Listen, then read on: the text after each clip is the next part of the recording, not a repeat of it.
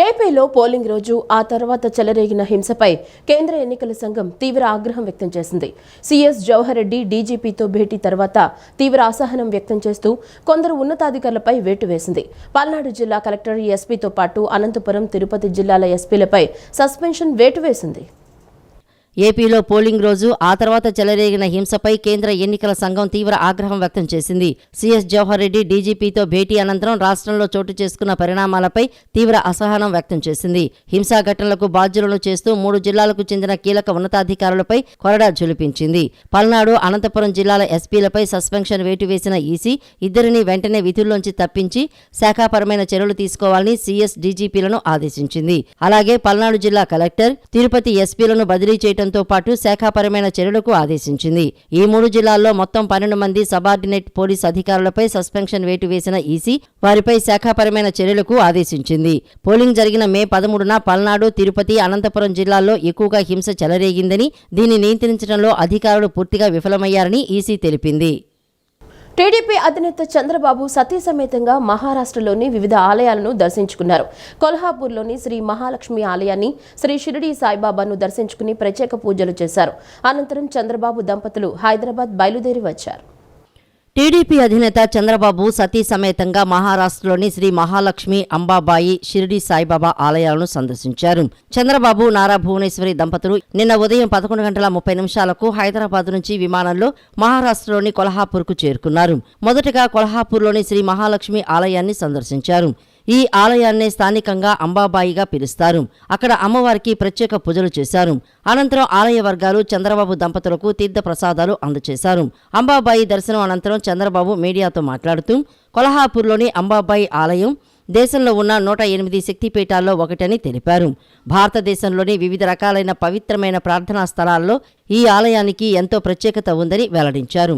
అందుకే తాను అంబాబాయి ఆలయాన్ని సందర్శించారని తెలిపారు. ప్రజలకు సేవ చేసే అవకాశం ఇవ్వాలని అంబాబాయి మాతను కోరినట్లు తెలిపారు. తల్లి మనందరినీ ఆశీర్వదిస్తుందని చంద్రబాబు నాయుడు విశ్వాసం వ్యక్తం చేశారు.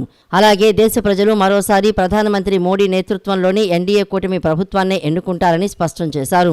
ఆంధ్రప్రదేశ్తో పాటు దేశవ్యాప్తంగా ప్రధాని నరేంద్ర మోడీ నాయకత్వంలోని కూటమి ప్రభుత్వాన్ని ఏర్పాటు చేస్తుందని తెలిపారు. ఈ ఎన్నికల్లో దేశవ్యాప్తంగా 400 లోక్సభ స్థానాలను ఎన్డీఏ కూటమి కైవసం చేసుకుంటుందని చంద్రబాబు ధీమా వ్యక్తం చేశారు.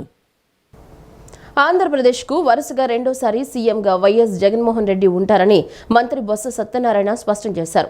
ఫలితాల వెల్లడి అనంతరం జూన్ 9వ తేదీన విశాఖలో సీఎంగా జగన్ ప్రమాణ స్వీకారం చేస్తారని చెప్పారు. ఓటమి భయంతోనే టీడీపీ నేతలు దాడులు చేస్తున్నారని విమర్శించారు. తాము గెలుస్తున్నాం కాబట్టే సంయమనంతో ఉంటున్నామని తెలిపారు. వైసీపీ మళ్లీ అధికారంలోకి వచ్చిన తర్వాత అంతా తోక ముడుస్తారని బొత్స పేర్కొన్నారు. ఎన్నికల్లో మరోసారి వైసీపీ విజయఢంకా మోగించనుందని మంత్రి బొత్స సత్యనారాయణ వెల్లడించారు. వైఎస్ జగన్మోహన్ రెడ్డి జూన్ 9న రెండోసారి ప్రమాణ స్వీకారం అంగరంగ వైభవంగా విశాఖలో చేయనున్నారని తెలిపారు. విజయవాడలో ఏర్పాటు చేసిన మీడియా సమావేశంలో ఆయన మాట్లాడారు.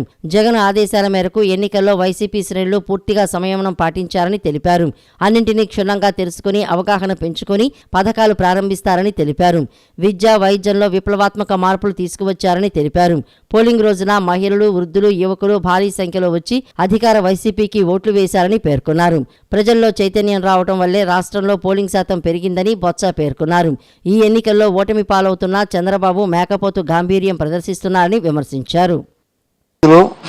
బ్రహ్మాండంగా వేసింది. ఈ ప్రాంతం, ఆ ప్రాంతం, ఇక్కడ అక్కడ అని కాకుండా మొత్తం రాయలసీమ, ఇటు కోస్తా, ఇటు ఉత్తరాంధ్ర, అన్ని ప్రాంతాల్లో కూడా ఏదైతే జగన్మోహన్ రెడ్డి గారు సంక్షేమ అభివృద్ధి కార్యక్రమాలు చేశారో అని మా ఉందో దాన్నే మళ్ళీ నేను కొనసాగిస్తానని చెప్పారు. మాయ చెప్పుకుంటా, మోసం చెప్పుకుంటా దాన్ని ప్రజలు విశ్వసించారు. ఇది కొత్త వరవడి. అందుకే అంత పెద్ద ఎత్తున మహిళలు, ఎందుకంటే మా దగ్గర సంక్షేమంలో లబ్ధి పొందిన మహిళలు 74% మంది మహిళలు ఉన్నారు ఈ రాష్ట్రంలో. 74% మంది మహిళలు పెద్ద ఎత్తున వచ్చి మా తాలూకు ఆత్మగౌరవం కాపాడారు జగన్మోహన్ రెడ్డి గారు, నా అన్నగా, నా తమ్ముడుగా, నా బిడ్డగా అని వాళ్ళందరూ కూడా. అందుకే మీరు ఎక్కడ చూసినా బాలులు తిరిగి మహిళలు వచ్చి ఉన్నారు. దాంతో పాటు వృద్ధులు, మాకు ఇంట్లో గౌరవం పెరిగింది, ఊర్లో గౌరవం పెరిగింది, మమ్మల్ని వచ్చి చేతిచ్చి ఆదుకున్నాడు. ఈయన 1వ తారీఖు పెన్షన్ అనేది ఆశామాసి ఎప్పుడు మీ జీవితంలో చూడలేదు. పేదరికమైన మా తిరిగికంట ఈయన జగన్మోహన్ రెడ్డి ఆదుకున్నాడు, దాన్ని మరిపించాడు. ఈ బాపది కాలంలో పాటు ఉండాలా జగన్మోహన్ రెడ్డి గారు, ఉంటేనే న్యాయం జరుగుతాయని వాళ్ళందరూ కూడా పెద్ద ఎత్తున వచ్చారు. మే 13న జరిగిన ఆంధ్రప్రదేశ్ రాష్ట్ర అసెంబ్లీ ఎన్నికల్లో అత్యధికంగా 81.86% ఓటర్లు రాజ్యాంగం కల్పించిన హక్కును వినియోగించుకున్నందుకు సంతోషంగా ఉందని ప్రకటించారు. ఈ మేరకు ఆయన ఓ లేఖను విడుదల చేసి ఆంధ్రప్రదేశ్ రాష్ట్ర ప్రజలకు కృతజ్ఞతలు తెలిపారు. ఎన్నికలు ముగిసిన తర్వాత తాజాగా జనసేనాని పవన్ కళ్యాణ్ 2 లేఖలు విడుదల చేశారు. ఏపీ ప్రజలకు ఒక లేఖ, పిఠాపురం నియోజకవర్గ ప్రజలకు ఇంకో లేఖను ట్విట్టర్లో విడుదల చేశారు. జనసేన పార్టీ అధికార ట్విట్టర్ ఖాతా ద్వారా ఈ 2 లేఖలు పోస్ట్ చేశారు. ఈ సందర్భంగా పవన్ కళ్యాణ్ అందరికీ కృతజ్ఞతలు తెలిపారు. ప్రియమైన ఏపీ ప్రజలకు నమస్కారం అంటూ జనసేనాని లేఖను ప్రారంభించారు. ఈ నెల 13వ తేదీన జరిగిన ఆంధ్రప్రదేశ్ అసెంబ్లీ ఎన్నికల్లో మీరు చూపించిన ప్రేమకు హృదయపూర్వక కృతజ్ఞతలు. సుస్థిర ప్రభుత్వం, సంక్షేమం, అభివృద్ధి, శాంతి భద్రతల పరిరక్షణ కోసం ఎన్నికల్లో పెద్ద ఎత్తున తరలివచ్చి భాగస్వాములు అయినందుకు అభినందనలు. అత్యధికంగా 81.86% మంది ఓట్లు వేసి రాజ్యాంగం కల్పించిన హక్కును వినియోగించుకోవడం చాలా ఆనందం కలిగించింది. ఎన్నికలు సజావుగా జరిగేందుకు ఎన్నికల సంఘం అధికారులు, అధికార యంత్రాంగం చేపట్టిన చర్యలను ప్రత్యేకంగా అభినందిస్తున్నా. అలాగే ఎన్నికల ప్రాముఖ్యత గురించి ప్రజల్లో అవగాహన కల్పించడంలో మీడియా, పౌర సంఘాలు పోషించిన బాధ్యతాయుతమైన పాత్రకు కృతజ్ఞతలు అని పవన్ కళ్యాణ్ విడుదల చేసిన లేఖలో పేర్కొన్నారు. ఇదే సమయంలో పిఠాపురం నియోజకవర్గ ప్రజలకు సంబంధించి మరో లేఖను విడుదల చేశారు. ఈ సందర్భంగా పిఠాపురం ప్రజలకు ప్రత్యేక కృతజ్ఞతలు చెప్పిన పవన్, పిఠాపురం అభ్యర్థిగా పోటీ చేసిన తనకు అడుగడుగునా అండగా నిలిచి చూపించిన ప్రేమకు హృదయపూర్వక ధన్యవాదాలు వెల్లడించారు. ఇక Pithapuram Telugu Desam party incharge SVSN వర్మకు పవన్ కళ్యాణ్ స్పెషల్ థ్యాంక్స్ చెప్పారు. తాను పోటీ చేస్తున్నానని తెలియగానే సీటును త్యాగం చేసి పూర్తి మద్దతు ప్రకటించినందుకు వర్మకు, అందుకు సహకరించిన ఆయన అనుచరులకు కృతజ్ఞతలు తెలిపారు. ఎన్నికల్లో వర్మ ఇచ్చిన సహకారం మరువలేనిదని, భవిష్యత్తులో వర్మ ఖచ్చితంగా చట్టసభలో అడుగుపెట్టి ప్రజల గొంతును వినిపిస్తారని నమ్ముతున్నట్లు వెల్లడించారు. అంతేకాకుండా రాబోయే రోజుల్లో పిఠాపురం నియోజకవర్గం అభివృద్ధికి వర్మ అనుభవాన్ని తాను ఉపయోగించుకుంటారని పవన్ స్పష్టం చేశారు. ఇక పిఠాపురం నియోజకవర్గంలో ప్రచారానికి వచ్చిన సినీ, టీవీ నటీనటులకు పవన్ కళ్యాణ్ ధన్యవాదాలు చెప్పారు. తాను పోటీ చేస్తున్నానని తెలియగానే వారు చేస్తున్న సినిమాలు, సీరియళ్లు, షోలు వదిలేసి అంతా పిఠాపురం చేరుకుని తన తరపున ప్రచారం చేయటం తనను కదిలించిందని పేర్కొన్నారు. తన విజయం కోసం ఎంతో మంది సీనియర్, జూనియర్ నటులు మద్దతు ప్రకటించడం సంతోషాన్నిచ్చిందని తెలిపారు. వారందరికీ పేరు పేరున ధన్యవాదాలు చెప్పారు. ఇక దేశ విదేశాల నుంచి వచ్చి ఓటు వేసిన ప్రజలు, జన సైనికులకు తాను అభినందనలు తెలుపుతున్నట్లు పేర్కొన్నారు. పిఠాపురంలో మార్పు కోసం ముందడుగు వేసిన ప్రతి ఒక్క నాయకుడికి, జన సైనికుడికి, వీర మహిళలకు, తెలుగుదేశం, బీజేపీ నాయకులకు, కార్యకర్తలకు, పౌర సమాజానికి ధన్యవాదాలు చెప్పారు. భవిష్యత్తులో అందరినీ కలుపుకొని పిఠాపురం నియోజకవర్గాన్ని ఒక మోడల్ నియోజకవర్గంగా తీర్చిదిద్దేందుకు తాను కృషి చేస్తానని మాటిస్తున్నట్లు లేఖలో పవన్ కళ్యాణ్ వెల్లడించారు. కేంద్ర ఎన్నికల సంఘం ఎదుట ఏపీ సీఎస్ డీజీపీ హాజరై రాష్ట్రంలో చోటు చేసుకున్న హింసాత్మక ఘటనలపై ఈసీకి వివరణ ఇచ్చారు. వీరితో పాటు నిఘా విభాగాధిపతి కుమార్ విశ్వజిత్ సైతం ఉన్నారు. మాచర్ల, నర్సరావుపేట, చంద్రగిరి, తాడిపత్రుల్లో హింస చెలరేగడంపై ఈసీ తీవ్ర ఆగ్రహం వ్యక్తం చేసింది. ఎన్నికల సంఘం ముందు సీఎస్ జవహర్ రెడ్డి, డీజీపీ హరీష్ కుమార్ గుప్తా వ్యక్తిగతంగా హాజరయ్యారు. ఎన్నికలు, పోలింగ్ అనంతరం రాష్ట్రంలో జరిగిన హింసాత్మక ఘటనలపై ఈసీకి వివరణ ఇచ్చారు. వీరితో పాటు నిఘా విభాగాధిపతి కుమార విశ్వజిత్ సైతం ఉన్నారు. మాచర్ల, నర్సరావుపేట, చంద్రగిరి, తాడిపత్రిలో హింస చెలరేగడంపై ఎన్నికల కమిషన్ తీవ్ర ఆగ్రహం వ్యక్తం చేసింది. విచ్చలవిడిగా దాడులు, వాహనాలు తగలబెట్టడం లాంటి ఘటనలు ఎందుకు అదుపు చేయలేకపోయారని ఈసీ నిలదీసింది. పరిస్థితిని అదుపు చేయకుండా ఏం చేస్తున్నారని ప్రశ్నించింది. దీనికి బాధ్యులు ఎవరంటూ మండిపడింది. హింసాత్మక ఘటనలు జరిగాక ఏం చర్యలు తీసుకున్నారో వివరణ ఇవ్వాలని ఆదేశించింది. ఈ మేరకు రాష్ట్రంలో జరిగిన పరిణామాలపై ఈసీకి వివరణ ఇచ్చారు. దాదాపు 20 నుంచి 25 నిమిషాల పాటు ఎన్నికల సంఘం అధికారులు వీరి నుంచి వివరణ తీసుకుని పంపించినట్లు తెలుస్తోంది. పల్నాడు, తాడిపత్రుల్లో దాడులు, చంద్రగిరిలో ఏకంగా టీడీపీ అభ్యర్థిపైనే దాడి చేయటం, శ్రీకాకుళం నుంచి కర్నూలు వరకు వరుసగా జరిగిన ఘటనలపై ఈసీ ఆగ్రహం వ్యక్తం చేసినట్లు సమాచారం. ఎన్నికల్లో ఎలాంటి అవాంఛనీయ ఘటనలు తలెత్తకుండా జాగ్రత్తలు తీసుకోవాలని ముందుగానే ఆదేశించిన అధికారులు పూర్తిగా నిర్లక్ష్యంగా వ్యవహరించడంపై మండిపడినట్లు తెలుస్తోంది. రాష్ట్రంలో జరుగుతున్న దాడులు, అల్లర్లను అరికట్టాలని మంత్రి బొత్స సత్యనారాయణ, రాజ్యసభ సభ్యులు మోపిదేవి వెంకటరమణలు రాష్ట్ర గవర్నర్ను కోరారు. పోలింగ్ తర్వాత తెలుగుదేశం పార్టీ దాడులకు పాల్పడుతున్నట్లు గవర్నర్ దృష్టికి తీసుకొచ్చారు. ఎన్నికల పరిశీలకులు దీపక్ మిశ్రా టీడీపీ ఫిర్యాదు చేస్తే అధికారులను మార్చుకుంటూ వెళ్లారని, ఇది ఏమాత్రం మంచిది కాదన్నారు. రాష్ట్రంలో రాజ్యాంగం అమలు కావటం లేదని దీపక్ మిశ్రాను తొలగించాలని డిమాండ్ చేశారు.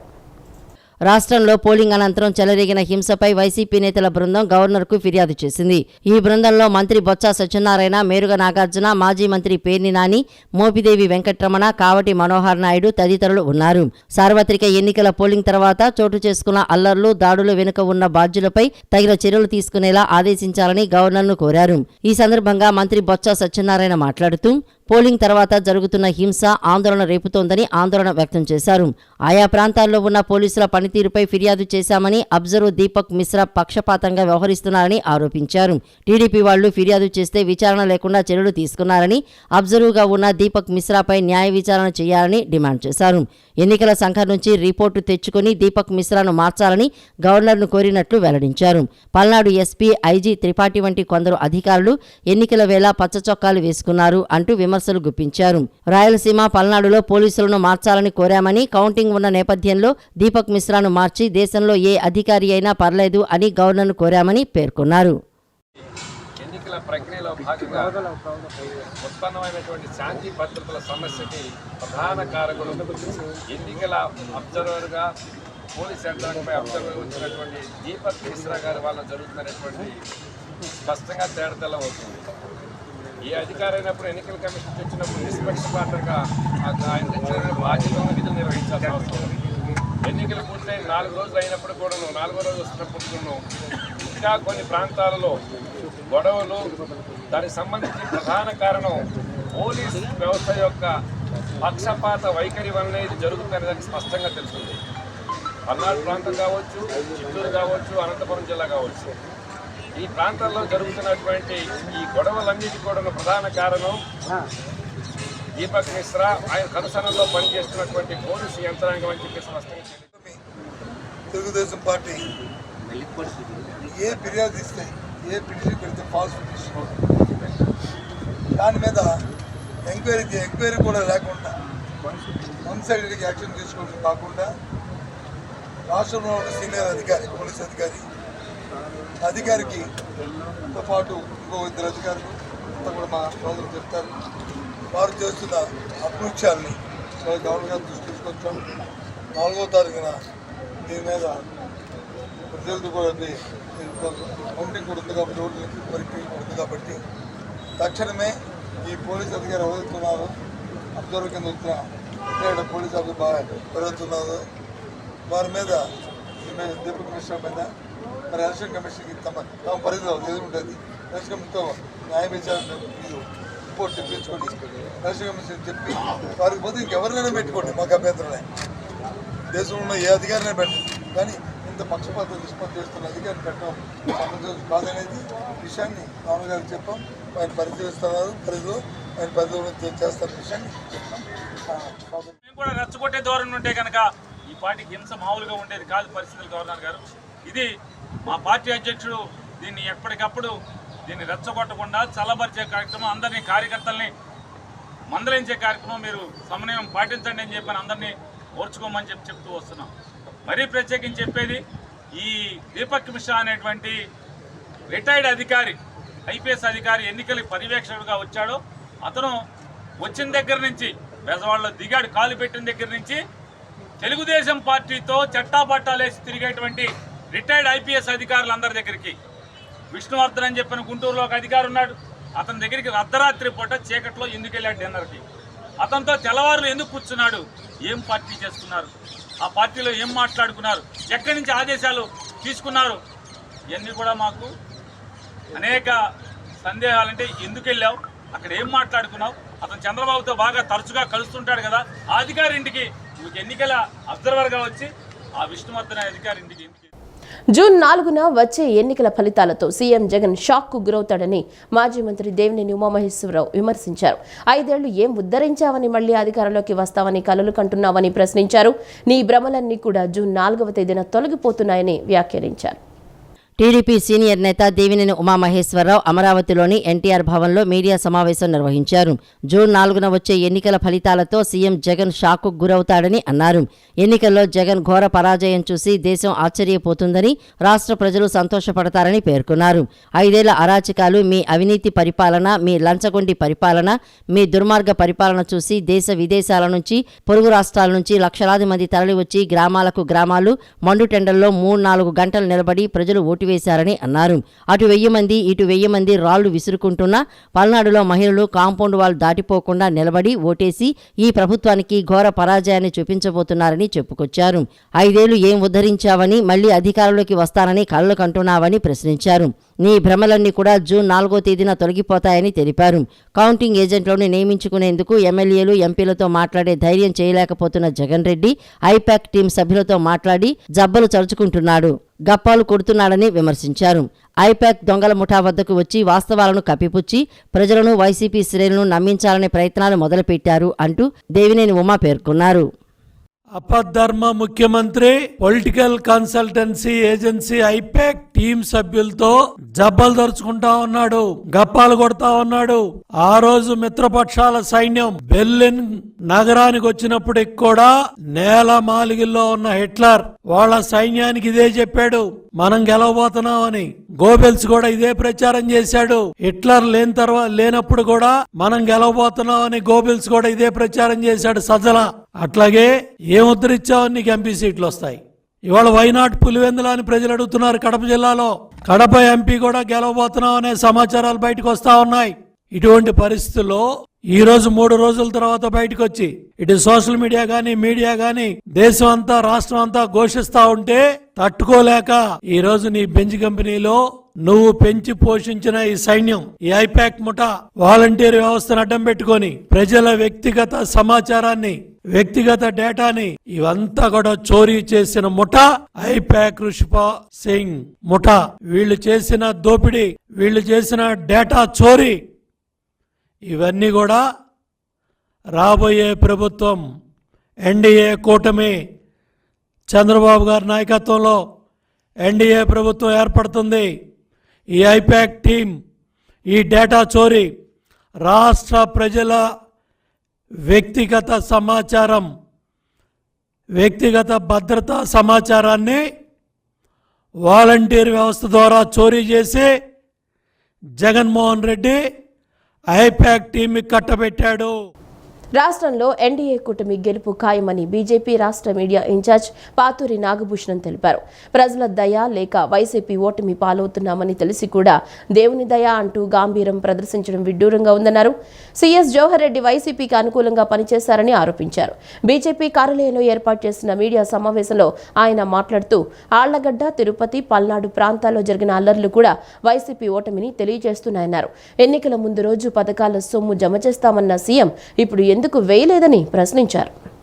ఇంతకుముందేమో ప్రజల దయ అనేవాళ్ళు, ఇప్పుడు ప్రజల దయ ఎట్టాగు లేదు కాబట్టి ఇప్పుడు దేవుడి మీదకి భారం వేస్తారు. ఆ విధంగా వైసీపీ ఏదైతే కళ్ళగంట ఉందో వారికి ఇంటికి వెళ్ళడానికి ప్రజలు సిద్ధం చేశారు బాక్సుల్లో ఓట్ల ద్వారా. ఆ విధంగా వాళ్ళు ఇంటికి వెళ్ళే పరిస్థితి ఉంది. ఈ నేపథ్యంలోనే ఇన్ని చోట్ల దాడులు జరుగుతూ ఉంటే ఒక పక్కన కేంద్రం నుంచి ఒక టీం వచ్చి ఎక్కడెక్కడ ఇసుక తవ్వుతూ ఉన్నారో ఇప్పటికీ కూడా తవ్వుతూ ఉంటే ఆ టీములకి సరైన రిపోర్ట్ లేకుండా కలెక్టర్లు వీళ్ళందరూ కూడా మరి వాళ్ళ తప్పుదోవ పట్టిస్తూ ఉన్నారు. ఇది అందరూ చూస్తూ ఉన్నారు ఈ రోజున ఎక్కడెక్కడ అనేది. మా టీమ్స్ కూడా ఎవరైతే ఉన్నారో గ్రామాల్లో అంతా వీడియోలు తీస్తూ ఉన్నారు, ఏ కలెక్టర్ ఎంత ఇన్వాల్వ్ అవుతున్నారు అనేది. దీనికి బాధ్యత మరి ఇసుక తవ్వకాన్ని, ఇసుక మాఫియాని కంట్రోల్ చేయాల్సినటువంటి మరి మన కలెక్టర్ల మీద ఉన్నటువంటి మరి ఎవరైతే సీఎస్ ఉన్నారో జవహర్ రెడ్డి గారు, ఆయన ఎటువంటిది పట్టించుకోకుండా అధికార పార్టీకి మరి బాగా సహకరిస్తూ ఉన్నారు. మనం చూసాం ఎందుకు సహకరిస్తున్నారని మేము చెప్పేది కాదు. మొదటిసారి వాలంటీర్ల ద్వారా చేయాలని చెప్పి ప్రయత్నం చేసి ఉక్కపోత, వడగాలులతో ఉక్కిరిబిక్కిరవుతున్న ఆంధ్రప్రదేశ్ ప్రజలకు వాతావరణ శాఖ చల్లని కబురు చెప్పింది. దక్షిణ కర్ణాటక నుంచి తూర్పు విదర్భ వరకు విస్తరించి ఉన్న ద్రోణి కారణంగా ఏపీ వ్యాప్తంగా 3 రోజులు వర్షాలు కురుస్తాయని వాతావరణ శాఖ తెలిపింది. రాయలసీమ, ఉత్తర కోస్తాలో ఉరుములు, పిడుగులతో కూడిన వర్షాలు పడతాయని హెచ్చరించింది. మండే ఎండలతో సతమతమైన ఏపీ వాసులను గత కొద్ది రోజులుగా వరుణుడు పలకరిస్తున్నాడు. పలు ప్రాంతాల్లో ఓ మోస్తరు వర్షం పడుతోంది. ఈ క్రమంలోనే ఏపీలో మరో 3 రోజుల పాటు వర్షం పడే అవకాశం ఉందని వాతావరణ శాఖ అంచనా వేసింది. దక్షిణ కర్ణాటక నుంచి తూర్పు విదర్భ వరకు విస్తరించి ఉన్న ద్రోణి కారణంగా ఏపీ వ్యాప్తంగా మరో 3 రోజులు వర్షాలు కురుస్తాయని వాతావరణ శాఖ తెలిపింది. రాయలసీమ, ఉత్తర కోస్తాలో ఉరుములు, పిడుగులతో కూడిన వర్షాలు పడతాయని వెల్లడించింది. అలాగే తీరం వెంబడి గంటకు 30 నుంచి 40 కిలోమీటర్ల వేగంతో గాలులు వీస్తాయని పేర్కొంది.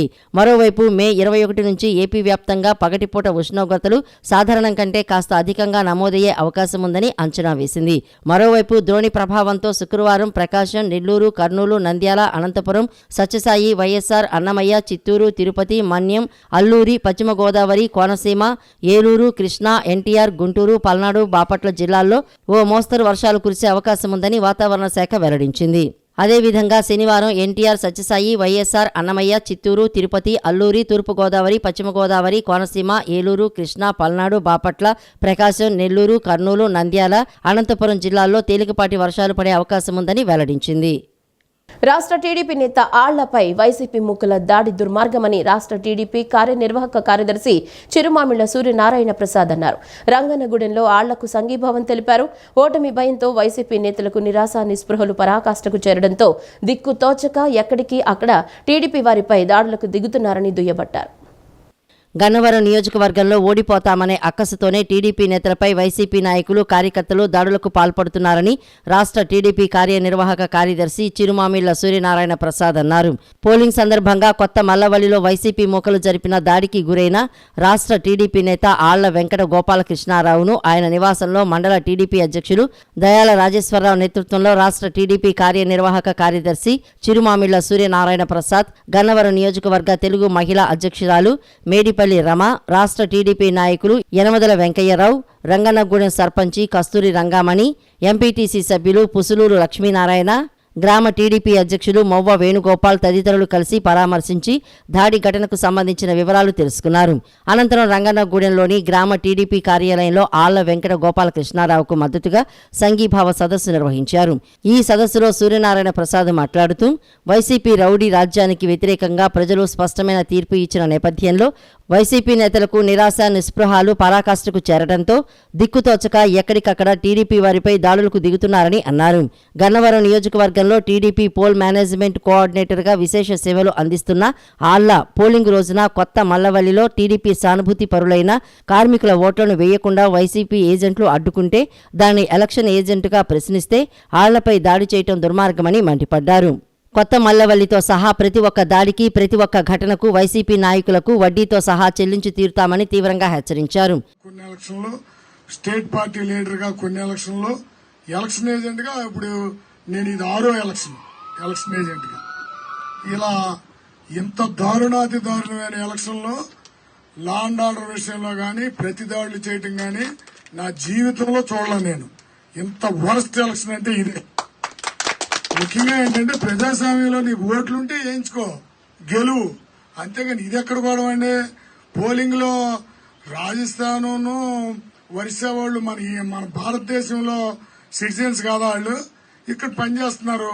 ఇక్కడ పనిచేసే వాళ్ళు వచ్చి చేరారు. ఎలక్షన్ కమిషన్ ఐడి కార్డులు ఇచ్చినాయి. ఐడి కార్డులు ఇస్తే అక్కడ ఉన్నానే ఏజెంట్ తానిషా గానీ ఇంకెవడో మౌలాలియా ఎవరు. ప్రజాస్వామ్యంలో హింసకు తావలేదండి. ఇలాంటి హింసా రాజకీయాలు చేసే వారికి ఇంకా కొన్ని రోజుల్లోనే బుద్ధి చెప్పబోతున్నాం. ప్రజలు ఏవైతే మంచి పనులు చేసి ఒక నాయకత్వాన్ని బలపరుస్తారంటే నమ్మకం ఉన్న నాయకుడిని ప్రజలు ఆదరిస్తారు, అభిమానిస్తారు.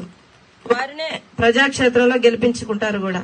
ఈ యొక్క దాడులు చేయడం వల్ల, హింస చేయడం వల్ల అయితే ప్రజల మనసుల్ని గెలవడం అనేది కష్టం. కాబట్టి గన్నవరం నియోజకవర్గంలో చాలా మంది పలు గ్రామాల్లో కూడా ఈ యొక్క యార్లగడ్డ వెంకట్రావు గారి అభ్యర్థిత్వాన్ని సమర్థించడం జరిగింది. మన ఎలక్షన్ వస్తుంది, ఎలక్షన్ ఏదన్నా గడిబిడి చేస్తారేమో అనుకున్నాం. అది మేము ప్రత్యక్షంగా చూడటం జరిగింది. గోపాలకృష్ణ గారు మాట్లాడి బయటకు రాగానే దరిదాపు 30 మంది రాడ్లు, కర్రలు, కత్తులు తీసుకుని వచ్చి ఆయన అటాక్ చేశారు. బండి మీద కారు ఎక్కుతున్నారు, ఒకళ్ళేమో పట్టుకుని వెనక లాగేసారు, కింద పడిపోయాడంట. ఈలోపు కర్రలతో బాధేసి ఆ కారుని పాల్గొట్టడం జరిగింది. దీని మీద ఆయన ఆ రోజే వీరవల్లి పోలీస్ స్టేషన్లో కంప్లైంట్ ఇవ్వడం జరిగింది. మేము కూడా వెళ్ళాం, మా నాయకులందరూ ఇచ్చాం, తెలుగుదేశం నాయకులందరూ వెళ్ళడం జరిగింది. మేము అడిగాం, ఎస్ఐ గారిని అడిగితే ఇది సివియర్గా తీసుకుంటామండి, మేము ఎలక్షన్లో ఇది కంట్రోల్ చేస్తాం, మా ఏఎస్పీ గారు వీళ్ళందరూ. కానీ మీరు చెప్పిన శాస్త్రంతో ఏదో మీరు అలరమొగలా తయారయ్యారు తప్ప పెద్ద మనిషి తరహాగా ఆయన మీద ఆ చర్యలు దిగే వెనకాల ఉన్నటువంటి నాయకులు కూడా మీరు వాళ్ళు మందించలేదంటే మీరు ఏ రకంగా నడుస్తున్నారో తెలుస్తుంది. ఈ చర్యలు ఇంతటితో బావు, తర్వాత రాష్ట్ర పరిస్థితి మారుద్ది, తర్వాత మీ అందరూ కూడా చెల్లింపులు జరుగుతాయి. అందులో ఎటువంటి భయం, మీకు ఎంత భయం ఉంటుందో అప్పుడు తెలుస్తుంది మీకు. కాబట్టి ఇట్లాంటి చర్యలు ఎక్కడ కూడా గ్రామాల్లో కూడా ఇట్లాంటివి పూనుకుంటే చాలా గ్రామాలు కూడా నష్టపోతాయి. ఇప్పుడైనా తెలుసుకొని ఇటువంటి చర్యలు. ఈ వార్తలు ఇంతటితో సమాప్తం. నమస్కారం.